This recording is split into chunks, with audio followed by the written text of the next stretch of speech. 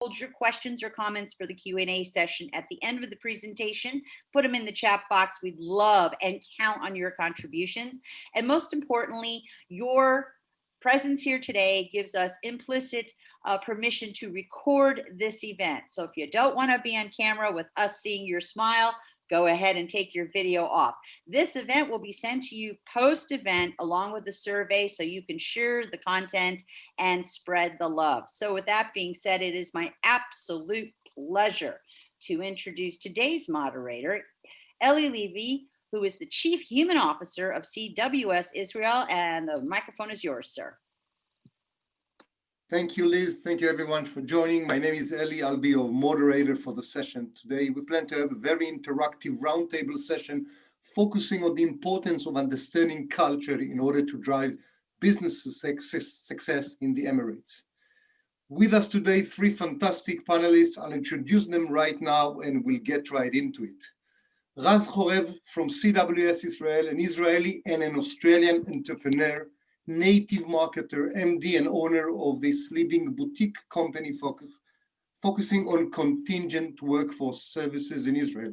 Raz will briefly talk about the Abraham Accords, the current existing bilateral trade initiatives, and what we should expect moving forward. Arona Maskil from Training CQ, a senior cross-culture business consultant, coach, and trainer with lots of experience across the US, Israel, and the UAE, very relevant for what you're going to hear today. Arona will elaborate and explain how people can close the gap between cultures so they can work together in the most efficient and smart way. And of course, Anna Haystack from the UAE, co-founder of both Back of the House Corporate Services since 2009. Very relevant to our session. Anna has been living and working in the Emirates for the last 16 years and has extensive knowledge and strong networking when it comes to business in the UAE. This would also be her focus in our session today. Without further ado, I'll hand it over to you, Raz, to start our first portion. Thank you. Thank you, Eddie, and thank you, Liz and AmCham. Let me just dive straight into how everyone and welcome. Before we dive into the cultural differences and how we bridge them, which Arona will cover shortly, I'd like to begin with a short overview of the two nations, the United Arab Emirates and Israel. It's important to understand that these two tiny little nations have a lot of impact and influence globally, and especially in the region, despite their size. I will cover the geography, the political background and current situation, and the business aspects of the historic peace accord, which the two nations have come together recently to sign. So let's begin. The United Arab Emirates, as you can see on that gray map, it's a tiny little speck on the map at the bottom of the Persian Gulf. It consists of 7 emirates, 7 ruling families that control the region. Abu Dhabi is the largest one, the largest emirate. Contains it takes about 3/4 of the total land of the Emirates. In Dubai, which is the commercial and financial center, which the most well-known Emirates, there are 5 more, and I won't even try to pronounce their names. I'll probably mispronounce them. Next one, please. Israel, on the other hand, is again a very small country at the coast of the Mediterranean Sea. It has limited natural resources. Recently, they found some natural gas just offshore, but that's where the natural resources end. There's a lot of human resources, which makes the country the startup nation, which is the second largest Silicon Valley outside Silicon Valley in the world. It is a Jewish island in the center of a Muslim world. And that's probably something that none of you knew. It's the largest vegan population per capita in the world. Next. I've done a little comparison between the two nations. The UAE economic dilemmas are illustrated above. The two nations remarkably similar in terms of size and populations and economies and GDP per capita. However, this is where the similarity ends. Nearly 90% of the UAE population consists of foreign workers who earn far less than the citizens of the country. The figure for GDP per capita is very misleading if it's used as an indicator of average living standards. About 2 million citizens have much higher living standards than the GDP per capita figures suggest. Much of the business sector in the UAE is owned by the ruling families and a small number of wealthy families. According to the UAE Ministry of Economy, the UAE and Israel will exchange expertise to tackle the COVID-19 pandemic, develop reliable food and water sources, clean energy, especially solar power. He also states that the UAE, as a strong trade, logistics, construction and tourism hub in the region, is looking to complement rather than compete with Israel. The UAE is seeking to become a scale-up nation as opposed to a startup nation, and serve a gateway between the Middle East, North Africa and Asia while promoting the flow of business, investment, talent and people. Next, please. The UAE has remarkably reliance of oil, which is J. Paul Getty, that made most of his money in Saudi Arabia in the oil sector, said, if you his formula for success was rise early, work hard and strike oil. Next. So why the Abraham Accords? In August 2020, the US, Israel, and the United Arab Emirates announced a full normalization of relations between Israel and the UAE. In September, the Abraham Accords were signed at the White House between Israel, the UAE, Bahrain, and the US. The establishment of diplomatic relations between the nations opened the doors for trade, investment, and cooperation. We don't talk about it publicly, but there were bilateral trade relations between the nations even before the accords were signed, but it was not normalized and there was no diplomatic relationship before that. Next, please. The main reasons that it's not what the political view suggests. The main reason, I'll give you a quick overview. The Oman mountain ridge in the south blocks of Western Persian Gulf, where the UAE is located, is protecting the UAE from the Indian Ocean, which creates a major heat and humidity trap. In August, temperatures in the Western Gulf approach 50 degrees Celsius or 122 Fahrenheit for the Americans, and forecast predicts a rise of 6 or 7 degrees Celsius later this century. The cities of Abu Dhabi, Dubai, along with the others in the Gulf, could become uninhabitable within a few decades. It's a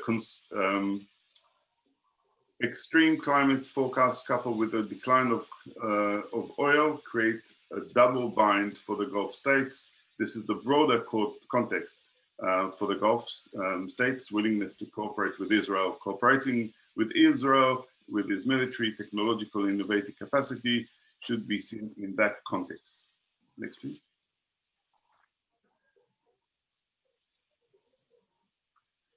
The UAE is dominated by two Emirates, Abu Dhabi and Dubai. Abu Dhabi is the main oil producer in the UAE and thus one of the largest in the world. Dubai has invested heavily in real estate and tourism.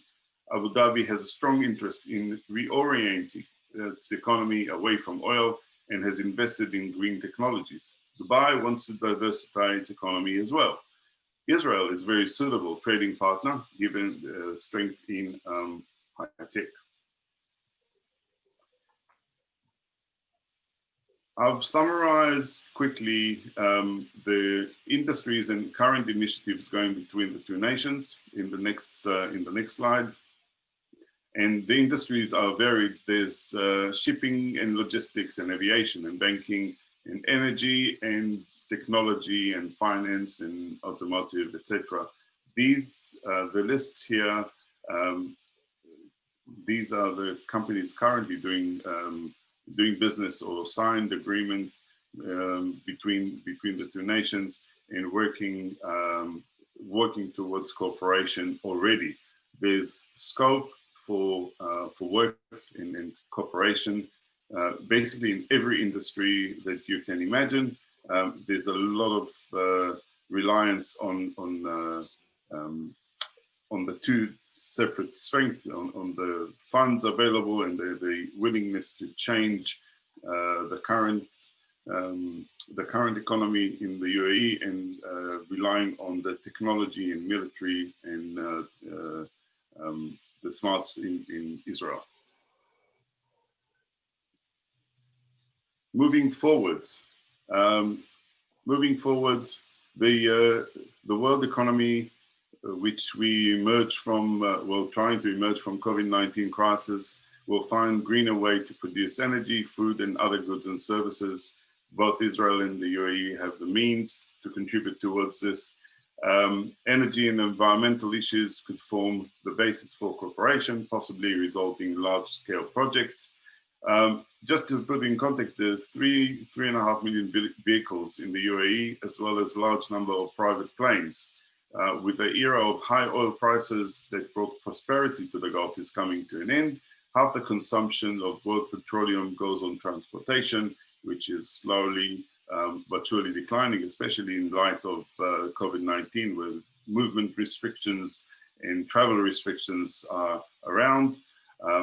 And even before that, in 2019, there's been a steady decline in oil consumption.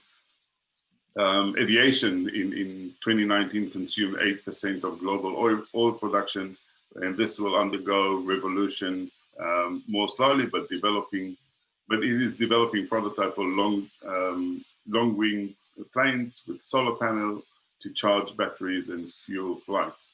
The electricity sector is changing. The geopolitics also playing a big role in this new relationship, and in this, we see a lot of opportunities for growth and bilateral trade between the two nations, again, complementing each other and not competing. Over to you, Arona. Great, thank you. Okay, I'd like to thank, first of all, AmCham Abu Dhabi for this great opportunity. It's a great webinar. And let's get started. So next slide.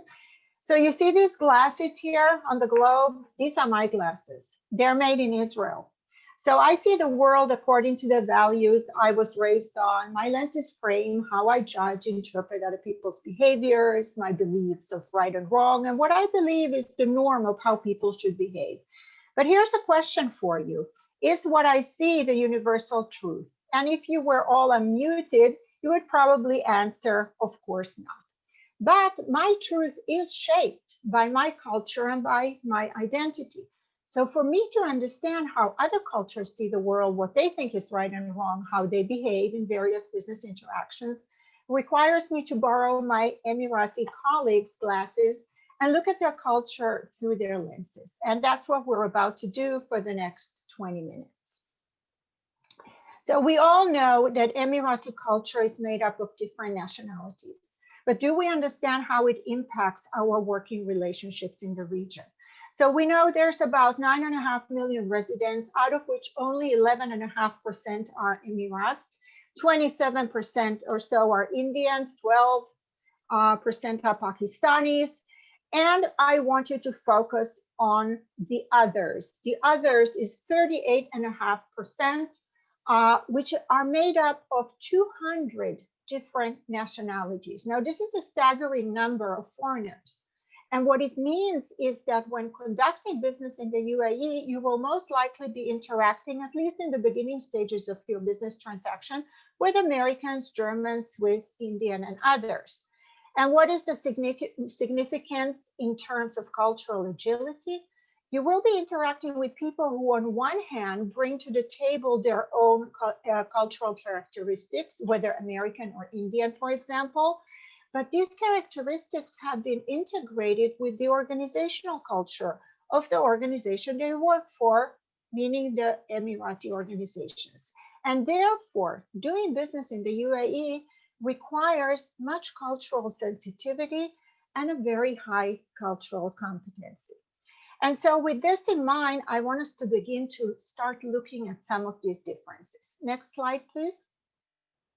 So when we measure cultural differences, we do so by theory of relativity. I won't go into that, but in short, what it means is relative to one another, how different are we? In terms of business, this translates to how business is driven in the US or in Israel, as opposed to how business is driven in the UAE.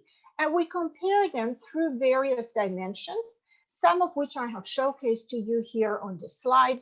Today, we will review 3 of these dimensions. Next slide, please. So you can see here the 3 flags, America, Israel, UAE. So looking at the left side here, America and also Israel, though Israel is more towards the middle, are considered very transactional cultures, very task-oriented cultures. We like to get down to business very fast. We usually keep, at least in the beginning, personal information personal. We spend a few minutes at the beginning of a meeting for small talk, and we have this cultural mindset that we are constantly moving forward. Actions bring decisions, decisions bring more actions, and so forth. And therefore, decisions, we make decisions in quite an efficient way. Now, looking at the UAE, the Arab culture on the whole is very relationship driven. There is a cliche, it's not what you know, but who you know. And the interpretation of this is that trust is the basis for business. And this can take considerable time to build. Business relationships in the UAE exist between people, not necessarily between companies. And establishing relationships with others in the UAE can create powerful networks. Whom you know can determine whether people want to get to know you. So a manifestation of the importance of relationship is the considerable time people will spend during meetings talking about personal issues, interests, and concerns. This bonding, you would call it small talk. On a relationship side, we call it bonding, is crucial. And it will always take precedence over the task at hand. But it will also support it, especially in times of conflict or when compromises are needed. That's where we can rely on the relationships we have built. And I got my... Hospitality is also part of the culture, and it's a matter of honor. And therefore, nothing will happen until the rituals of hospitality have been performed. When doing business in the UAE, take the time. Do not rush into discussing business. I know that this is a challenge coming from transactionally oriented cultures. In a relationship-driven culture, pace and face are exceptionally important and should form the foundation of any good meeting. Getting down to business must be well-timed and can depend on the mood and readiness of your counterpart. So here, I would be more concerned about timing rather than the clock on the wall time. As to face, honor, saving face are key considerations when doing business with the Emirates. Therefore, you should never contradict them or criticize them in front of others, as this translates to losing face. Next slide, please. Communication. Israelis and Americans, and if I would have here German flags or Dutch flags, they would also fall within the same category of what we call direct communicators. We don't talk in circles. We expect others to also be clear in their style of communication. And when we're direct communicators, yes is a yes. We understand what a yes is, and we also understand what no is. We value directness, and we don't take it personally if we receive critical feedback. We do not read between the lines. And we emphasize, especially Israelis, we emphasize speaking rather than listening. We're not very good at listening. And every conversation has a purpose. And the faster we get to the purpose, the better. Now, this can be quite challenging for those of you who are transactional and direct communicators, because you will find the Emirati communication style much more circular and fluid. From the Arab perspective, the emphasis of relationship over task, which we saw from the previous slide, influences communication to the point where maintaining harmony takes preference over a task. So a yes can be a yes. It can also be a maybe, and no is manifested in a number of ways, including the use of hints, idioms, proverbs, and other linguistic cues. And it's up to the recipient to deduce the meaning. Add to this body language, where intonations, postures, eye contact have meaning. A good example and a major frustration, at least initially to most newcomers to the region, is the phrase inshallah. Loosely translated, it means if God wills it. But in reality, it can mean anything from yes, maybe, I will do my best, leave it with me, to a polite no. My tip of the iceberg advice here is that in order to receive clarity in conversation with the Emirates, try to ask open-ended questions that will not require a yes or no answer. And always remember that the UAE is a saving face culture. And as such, all communication should be conducted in a harmonious and a non-aggressive style. Next slide, please. So the last dimension that I'm going to discuss is how formal is a culture. And the more formal the culture, the more hierarchy is present. And we call that in a cultural language shared versus concentrated. So concentrated is very formal and very hierarchical. So as you can see here, the Israeli and American flags are one on top of the other, as both cultures are not so formal. We keep titles at a minimum. We're comfortable voicing different views, even if they're directed at our superiors. We as individuals are authorized to make decisions, and we have less formal structures of authority. Now, on the UAE side, power, decision-making, wealth, and authority are generally concentrated in the hands of the few, and delegation of power is rare and precarious to those on the receiving end. The patriarchal nature of Arab society means that the typical manager, sheikh, or leader behaves as the father figure, and decisions are final and rarely questioned. In addition, Emirati organizations tend to be family-owned and managed, and often trust is given to those in the inner circle, family members, who occupy many of the management seats in the organization. One piece of advice here, as UAE is a more formal culture, be careful crossing the line between a business relationship and a personal friendship. In the UAE, relationships are more formal than in Israel and the US and take longer to cross the threshold. So until told differently, address people by using their official titles, professor, doctor, sheikh, and their full name. Furthermore, the title Your Highness must be used for members of the royal family, and Excellency for government ministers. Next slide. So we're moving on to something else here. Have you ever given any thought to how do you shake hands? Okay, we probably never think about it, it's automatic. And we've been taught, most of us, that a firm handshake portrays confidence and builds trust. In the UAE, the handshake is softer and shorter than what you might be used to. Too firm of a handshake can come off as a bit aggressive. The standard greeting is Assalamu alaikum, peace be upon you, to which the standard reply is Va alaikum assalam, excuse my Arabic, and upon you be peace.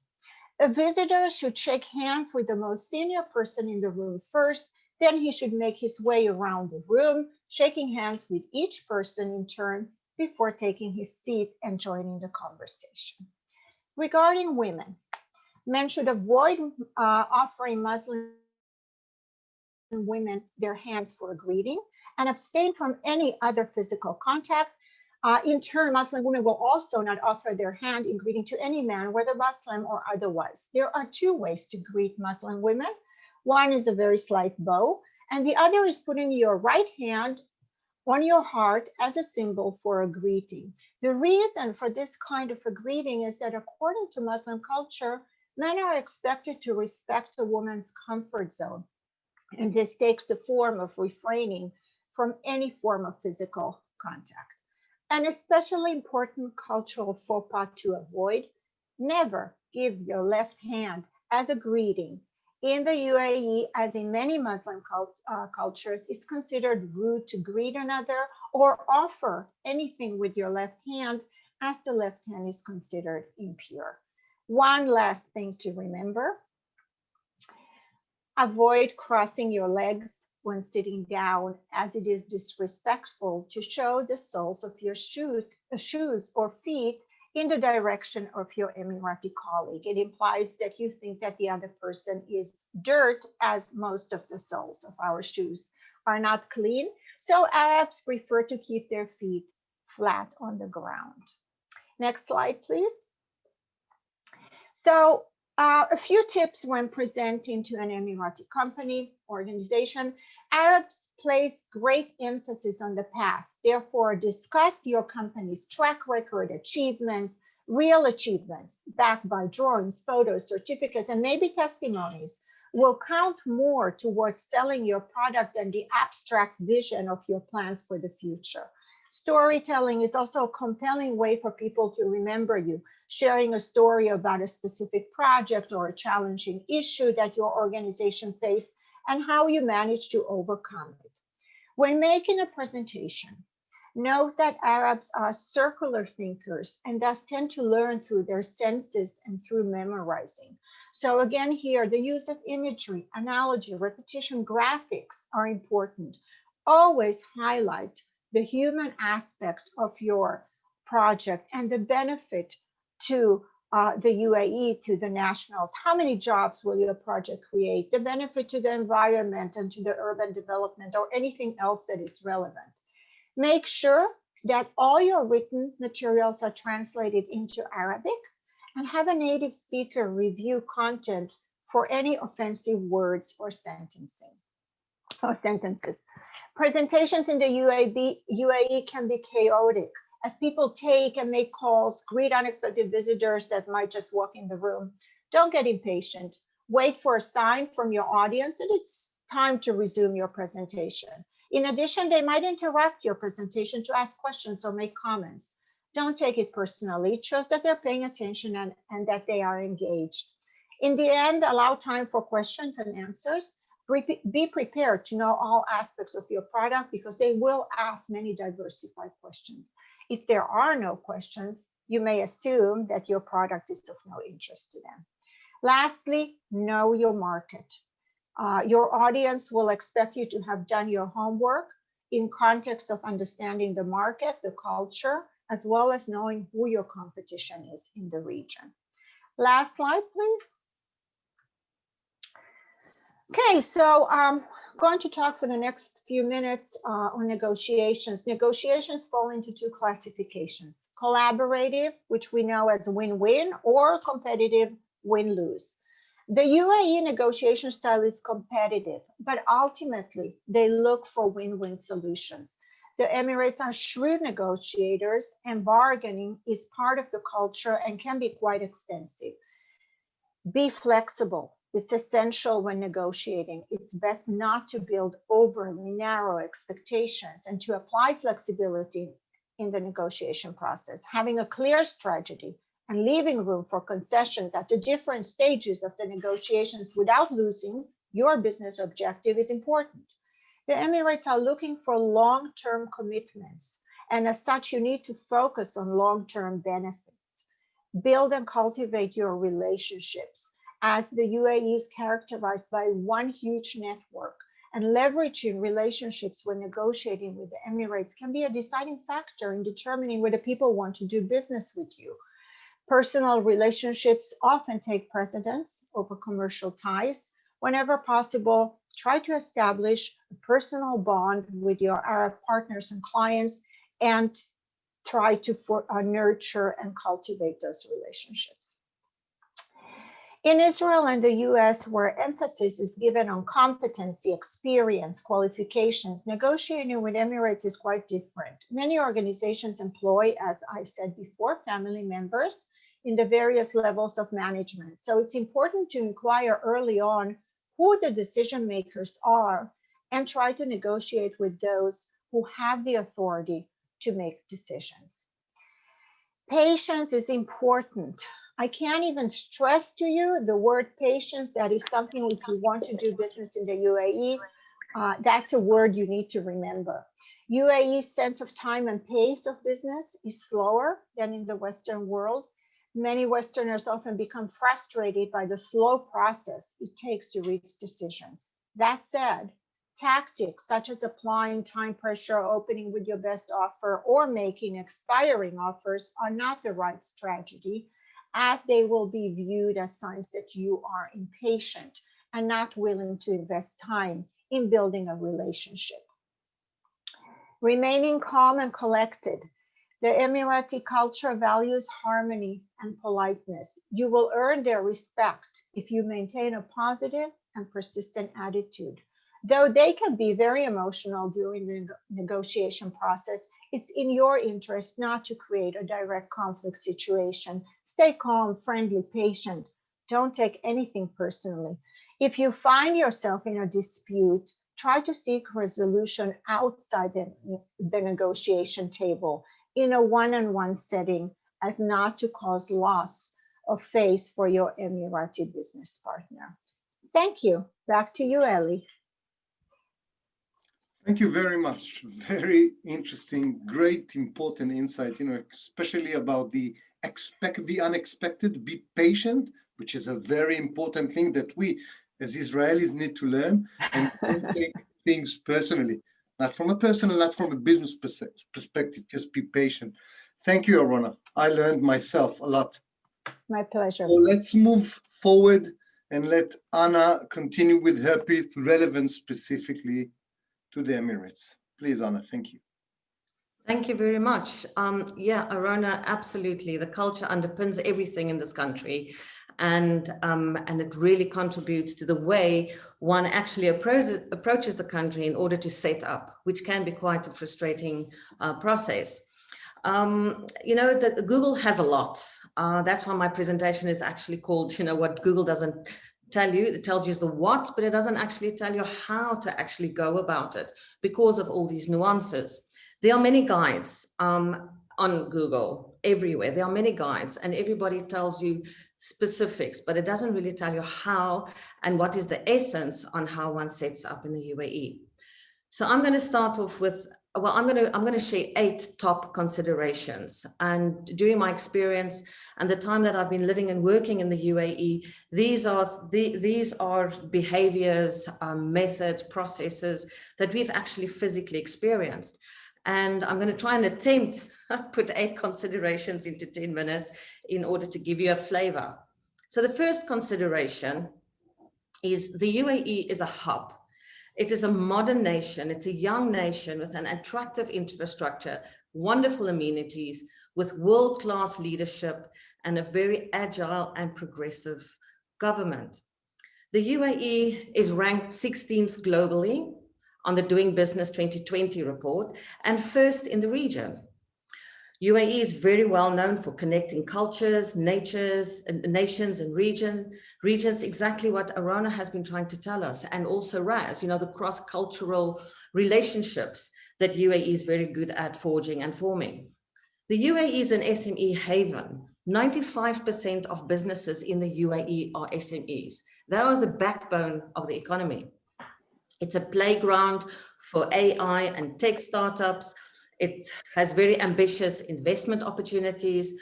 If you just look at the whole space rate, sending our own first Emirati astronaut Hazza, and also the lifestyle and so much more that creates the UAE as a hub to set up.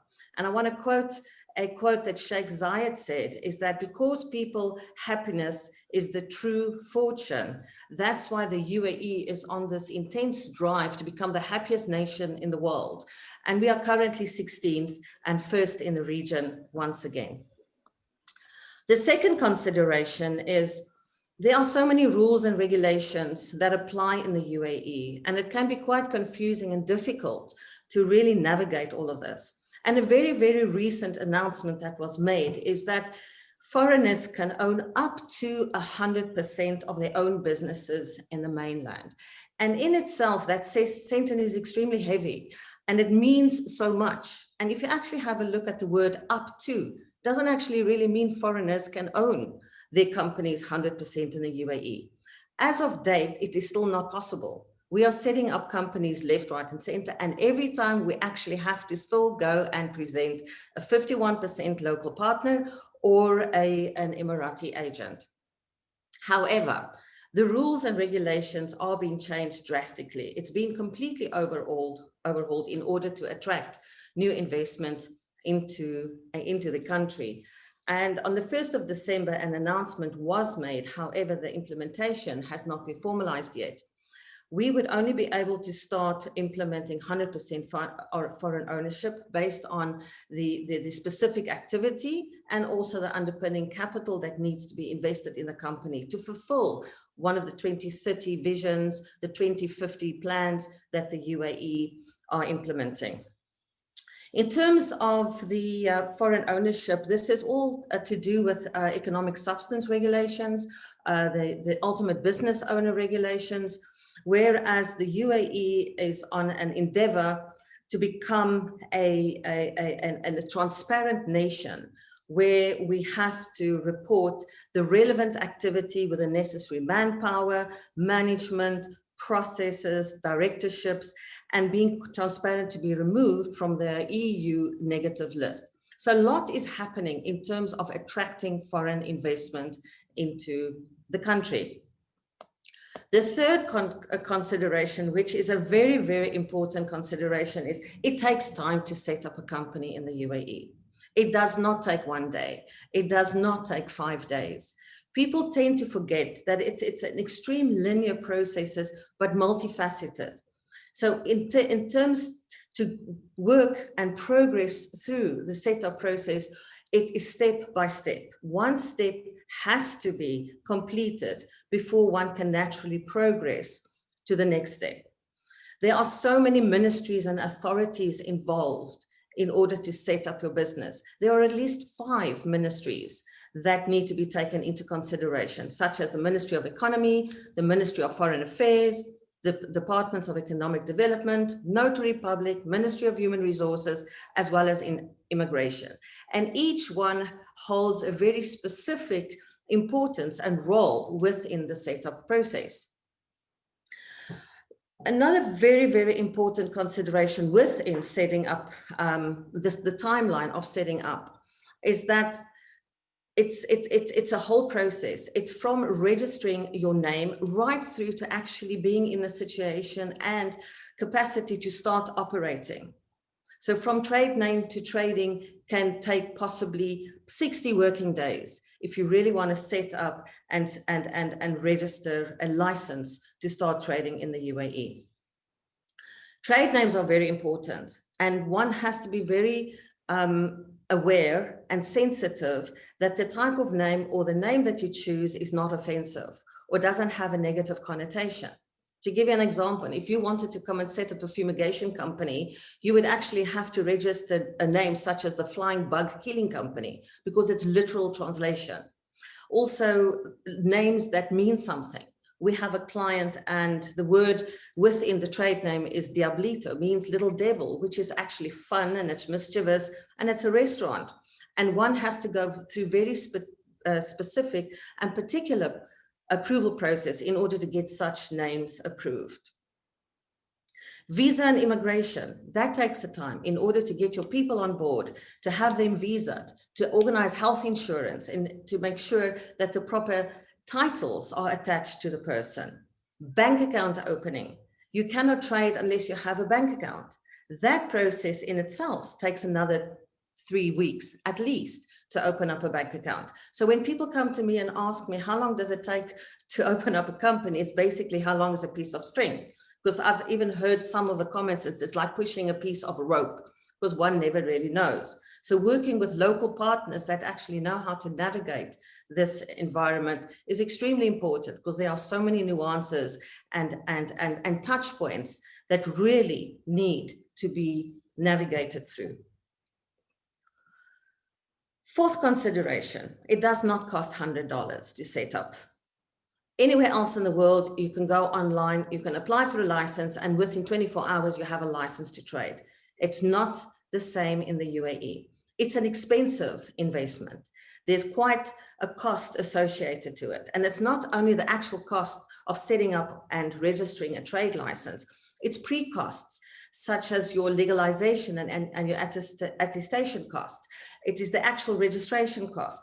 It is the visa cost. It's the premises cost. It is all the other insurances that are required in order for you to set up a business. The government, for instance, in Abu Dhabi, have waived some of the licensing fees in order to track certain investment into the UAE. However, additional costs such as judicial costs, notary costs, those still do apply. You can set up a company, minimum $5,000, maximum $5,000. It will purely depend on the type of activity that you require to operate in the UAE. The fifth consideration is administration. There is still a large amount of administration required. As I mentioned before, legalization and attestation. If you come to the UAE and you set up as a subsidiary of your company, you have to get all your companies legalized and attested and apostilled, which is the international world for all your company documents. That process in itself can take up to 6 weeks in the country of origin. Mainland setups do require legalized documents. The new changes and improvements to free zones such as the Abu Dhabi Global Market and the Dubai International Financial Center, they are starting to do away with all these legalized documents in order to save more cost and attract investment into the country. ADGM also are accepting digital signatures, where on the mainland you still require a wet signature. The most important position in the UAE is a company stamp. You cannot transact or enter into any contract without a company stamp. So if you don't have a company stamp, you cannot trade in the UAE. Although the UAE strategy is to go paperless, a lot of the stuff is still very manual, paper-based, and hard copies are required. A sixth consideration is navigating the UAE landscape. There are over 7 Emirates. Raz elaborated on that. There are over 2,000 activities to actually register. There are more than 60 free zones in the UAE, and each one within their own specific jurisdiction and the activity that they support, whereas they want to create communities, which is very important in the UAE, creating business communities and helping each other. The UAE has grown significantly over the past 50 years and quite rapidly. And I'm also proud to say that the UAE is celebrating their Golden Jubilee this year. So a lot of celebrations and happiness is imminent. The UAE has come a long way in a very short space. Seventh consideration, your logic does not work here. One cannot come to this country with the same mentality or knowledge or attitude or behavior that you are used to in your mother country. It does not work. You are going to get frustrated. You are going to throw up your hands in the air. You are going to get upset with people like us that are trying to help. And you are going to challenge and question, why does my friend do this? Why does Google say this? I've heard it works differently. However, this is the eighth consideration that sums it up. It is how it is, and don't fight it. The biggest virtue and the most important virtue is extreme patience. The currency is persistence, and appreciation and tolerance is the order of the day. It will work out. Trust the process. So my last words in terms of this is the UAE is a maze, literally, that needs to be navigated, and it is amazing. We invite you all to work with us, and we will do whatever it takes to help you to be successful. Thank you. Thank you, Anna. Especially around the logic doesn't work here. That's something I need to take in mind, but that's perfect. Thank you. We've got a few questions, some of them already sent to us earlier and during the session, and some will be shared with us verbally. So just allow me, you can all hear me and see me okay? Yes. Perfect. I had a power outage earlier, but we're good now. Excuse me, Ely, I just want to advise hard stop at 55 past the hour, please, sir. Okay. Yeah, I think we'll definitely hit this timeline. The first one is to you, Arona, and it's related around one of the last slide that you had. Are there any culture stereotypes that may affect negotiations?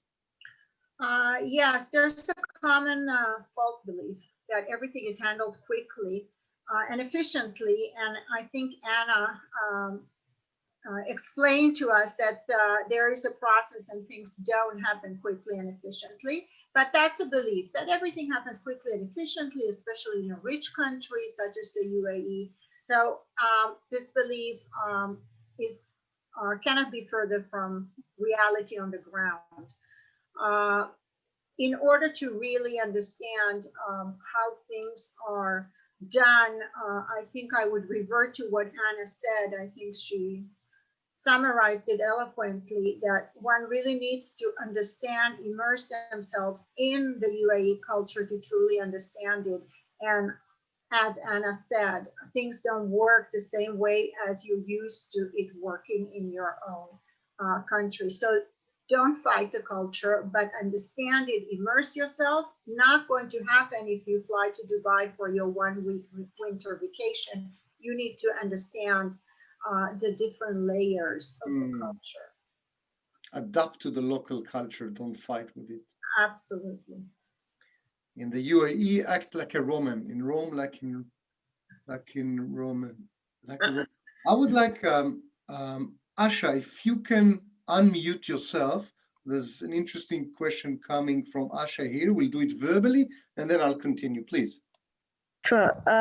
Yes, my question earlier was that we see that many young Emiratis, often at the behest of the government, have been encouraged to go and study abroad. And, this has really served to, make them think in a different way and be more accepting of different approaches to business. So I'd like to ask you, but do you think that this might speed up the rate at which business transactions happen? And if I could just also say that, I think Israel is very well positioned to understand both sides of the culture. And the Emiratis, in my observation in many years living in the UAE, is that they have this good Western outlook, but they're also very rooted to their culture. So you and them sort of have that very good middle ground to work with. So this, you've been talking about this whole room for patience and negotiation. I would argue that actually that process is going to help you get much better deals than if it was more linear. You might get something better than you initially planned. Do you agree? Who is your question for? Ma'am, this thought occurred to me in reference to your presentation. Yes. Oh, okay. Probably to you, Arona. Yeah. Okay. All right. So yes, you're absolutely right. And as somebody who worked at the U.S. Embassy in Tel Aviv and headed the Education USA program, I'm very well aware of sending students abroad, whether it's US or Europe, and them coming back, and what we call it, they've actually become global citizens. They're not anymore Emiratis or Israelis or Swiss or Indian. You do adopt different management styles, different communication styles. You open up to the world, especially if you study in the US, and you come back different. I totally agree. And I think this change that you're talking about is work in process. I think UAE is in a transition stage from the conservative family-owned organizations that are headed by the head of the families who are already an older generation. And what we're going to see in the next 10 to 20 years is this new generation that you're talking about. And yes, they are going to do things differently. And the question will always remain is how much of that traditional culture will impact business, and how much of the Western culture will actually speed it up, like you said. And it's going to be that kind of a dance between, and I think it's very subjective to the kind of organization, the kind of industry, the kind of who is involved in that organization, and how much decision power does this new generation have. So it's a dancing process, but it's an exciting one. I hope it answered your question. Okay. Yes, perfect.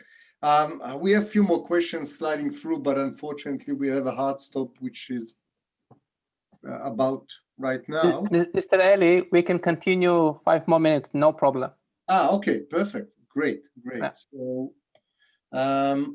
we did talk about the time earlier. There's another one here for you, Arona, and maybe it takes a bit of a helicopter view and sort of summarizes the great session from you. And it's about what are the most common mistakes committed by Western companies when coming to the UAE? Wow. I think the main mistake is being too anxious, hoping for a very quick closure of a deal. I know with Israelis, we're very transactional. We're very anxious to fly somewhere for 3 days, 4 days, 5 days, and come back with some kind of a preliminary agreement. And in the UAE, things work differently. Again, what both Anna and me talked about, patience is a virtue. It's not just a proverb. It really is that way. So I think 2 ingredients to guarantee success is having the right attitude, first of all, and patience. And also understanding that short-term objectives, as well as having a very rigid strategy, will probably not culminate in a successful partnership or relationship. So think long-term, think relationship cultivating, and apply patience to all of those. It's interesting because it's you keep emphasizing all the time. I mean, the fact that it takes patience and you just have to go through the process and not push it. If you will try to push it, you're actually pushing yourself in a way, right? I think so. Anna, would you agree with me? 100%, absolutely 100%. I can't say it better. Okay. Anything in specific with your blessing, Anna, that you can share with us from the 16 years experience in the Emirates in regards to business? Maybe an interesting anecdote, a scenario, something that happened that was related to sort of the connection between culture and business from your experience? Well, yes, I can specifically in previous years. However, I must say recently there's an immense tolerance for different cultures. So I think people are much more aware at the moment regarding working within different cultures, especially different religions. And, you know, it's absolutely apparent with the new Abraham Accord within the UAE and the region. However, myself, one incident that happened to me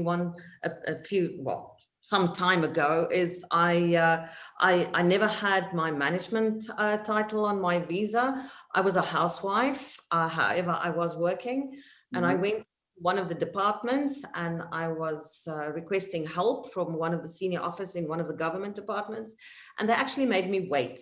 And every time when I actually stood up and I wanted to request some service, they would just tell me, wait. And they will actually just sort of shrug me off and say, wait, which was fine, tolerant, patient. It's not my country, I have to accept. And then eventually I had FaceTime. and one of the generals or one of the senior officers, they asked me for my passport and my visa. I handed it over. They had a look at it and they said, "Oh, you're a housewife, you know nothing." And they basically just dissed me and let me go. That was then. Now, because of the cultural awareness and tolerance, it has changed, and women are really handled with respect. You know, we can skip the queues. They have certain areas for us. We get treated very well, and we even have pink parking spaces. So things have really changed. Parking spaces. Yes, we have pink parking spaces that are allocated and dedicated for women, close to the entrances in the shopping centers, you know, the entrances of buildings. So yeah, there's been a significant change, and that's what I can see for, you know, in the past 16, 17 years that we've been here in the UAE. Amazing. Cultures, there's still some subtle experiences, you know, in certain cultures. But in terms of the Emirati culture, I must say it's completely inclusive, and everybody is striving towards it. And it depends also who you're talking, old school, the younger generation. That's correct, yeah. Something like Asha also alluded to. So yeah, we have our own pink parking spaces. I'm going to tell my wife once we're going to come to the Emirates to remember this. I think that's it from my perspective. Shurat, maybe I'll hand it over to you, but I will say thank you very much for AmCham Emirates to host us. It's been very good and very interactive. Over to you, Shurat. Anything else on your end, please? No, I would also like to join you thanking everybody in this webinar to join us. It was a very informative, a very interesting webinar. And for sure, for those who couldn't join, we will send the recording, and the attendees will get the post-webinar survey to share their feedback. We look forward to the next session. Thank you very much. Thank you. Thank you, everyone. Have a great day, evening. Thank you all. Thank you. Bye-bye. Thank you Bye-bye. very much. Bye-bye. Bye, Rona.